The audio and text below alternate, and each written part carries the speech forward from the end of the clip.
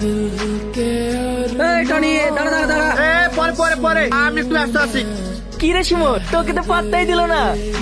আমিও তাই ভাবছি, শালা বাড়িতে বউ রেখে এত ফোন কার কাছে করে। দেখো ভাবি, বিষয়টা তো হালকা ভাবে নিও না। এরপর যখন টনি বিয়ে করে বউ বাড়িতে নিয়ে আসবে না, তখন বুঝতে পারবা। বুঝাবুঝি কি আছে? বুঝাবুঝি কি আছে? আমার কাছে যদি ফোন থাকতো না, ও যেমন অন্য লোককে ফোন করে বেড়াচ্ছে, আমি অন্য লোককে ফোন করে খাসিকে দেখিয়ে দিতাম। এক টনি, দাঁড়া দাঁড়া দাঁড়া, আমি যাবো।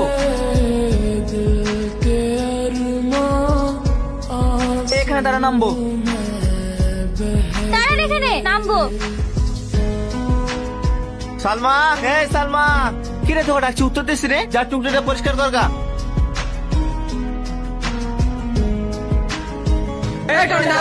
আরে ছাড়া আমার তাড়া আছে। তো সারাদিন ফোন করে না, দেখি কার সাথে কথা বলিস।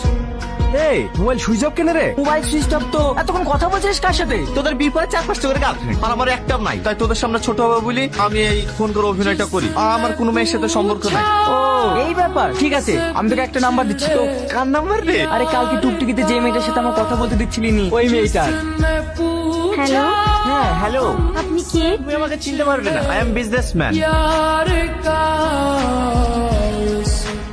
টনি টনি, মাধুরী, তোমাকে পর ফোন করছি। তুই ভাবি কি ফোন কবে কিনে দিলে? দেখলাম কার সাথে ফোনে কথা বলছি।